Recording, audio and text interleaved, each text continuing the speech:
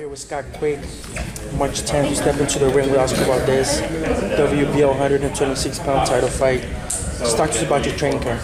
Training camp's been good, can't moan, everything's gone to plan. We've had great sparring, great conditioning, now it's just riding into the fight now, just bringing the weight down, and it's all good.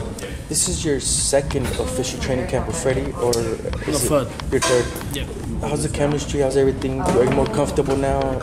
Yeah, I mean, since the first time I worked with Freddie was in 2009, and ever since, every year since then, I've been coming back once a year just to the training camps and just to get some good sparring and, obviously working with, great trainers.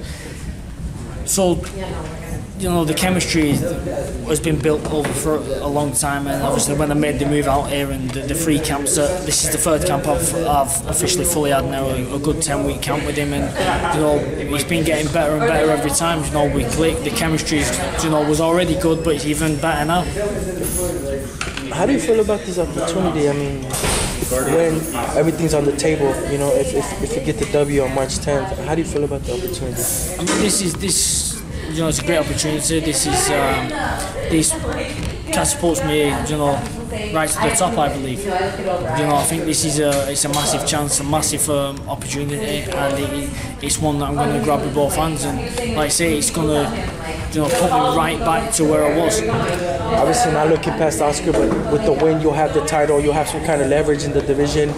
Possibly you could get the one that you really want, which is called Frampton. You would like to avenge that loss. Is that kind of on your mind still? He's got a fight.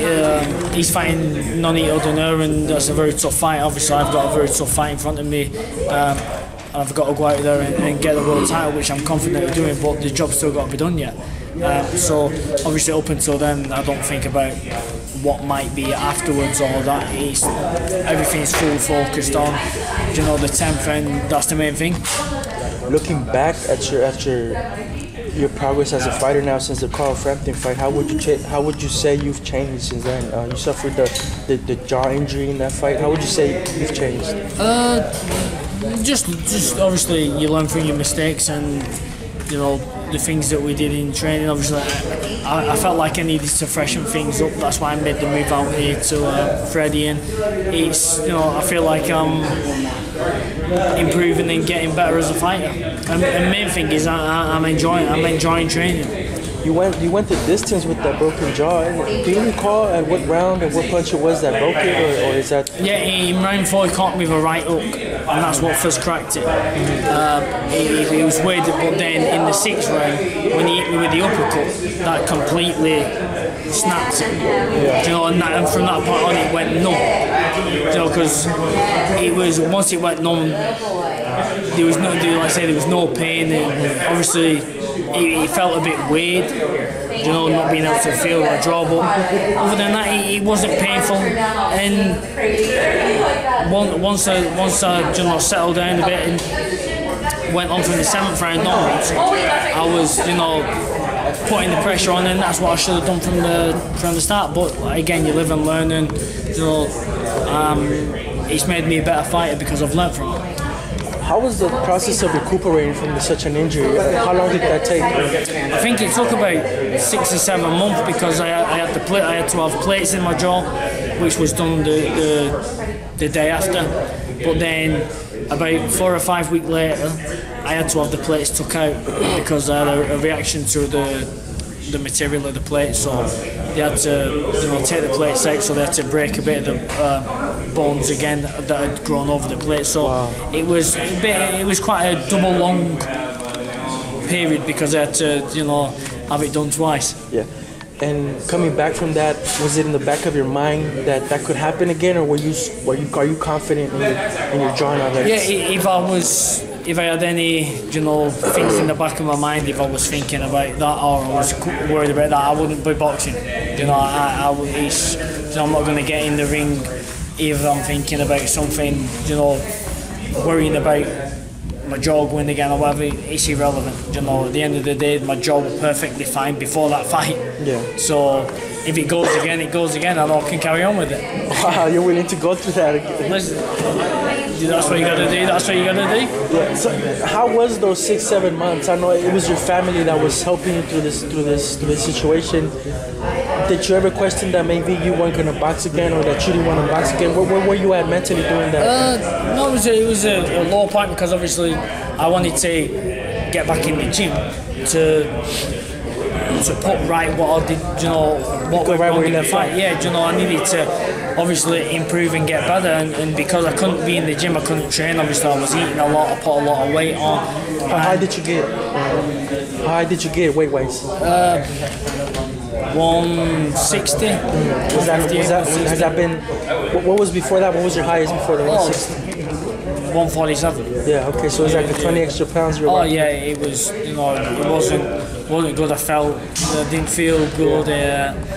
But it was a long road back. As in, getting that motivation back and getting everything, and then obviously I had the fight against Cayetano, and then not look back since. That's one of the things maybe myself as media and as fans, we don't appreciate the fighters while they're here. We don't appreciate them win or lose.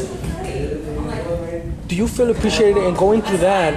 Has that made you, as a fighter, has that made you realize that boxing maybe is a much more difficult sport than what you thought it was? No, listen, I know how difficult the sport is because you won't get anyone more dedicated than me. You won't get anyone that puts, trains harder than me, puts more effort into anything because, this is all I do. I move away from my family and everything. There's other fighters that have done that, but I'll tell you, there's nobody that puts more effort in than me, and so I know how hard the sport is. I know, what it takes to get to the top. I know what it takes to, achieve what you want to achieve. It's not easy. And with all those sacrifices, do you feel appreciated by the sport, by the fans? Do you feel appreciated by it? They don't have to appreciate it.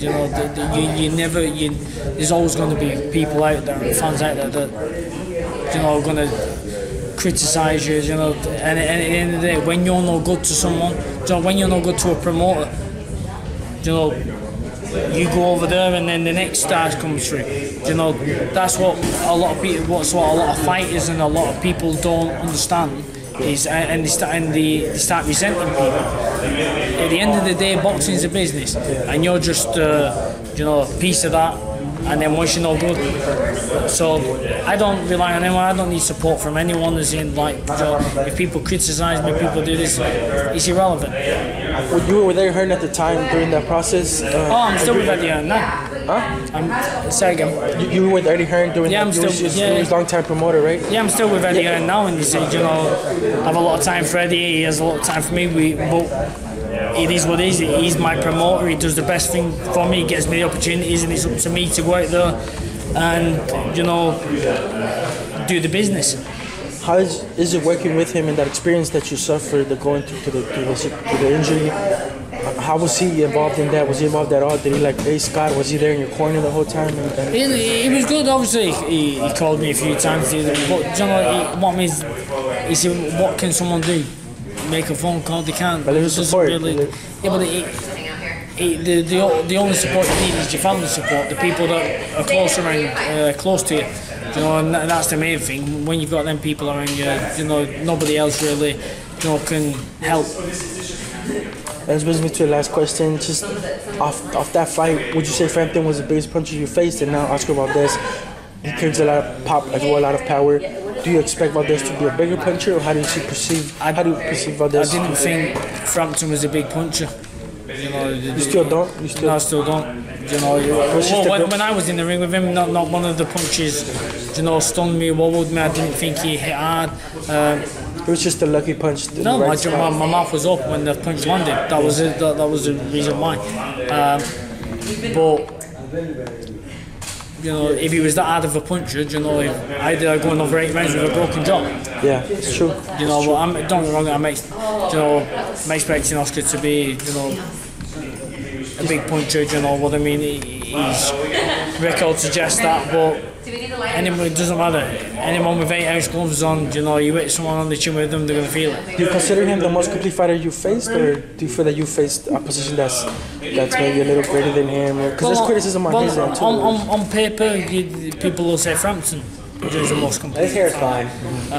Maybe a little shaggy up here. it's- Yeah, but that's it. The way I look at it is him as a fighter, what I need to do on the night, and I don't look at him if he's the most complete fighter or that's irrelevant. Go for that Scott Pilgrim All versus I the need world, to do bro. is watch him, study him, and then do what I need to do on the night.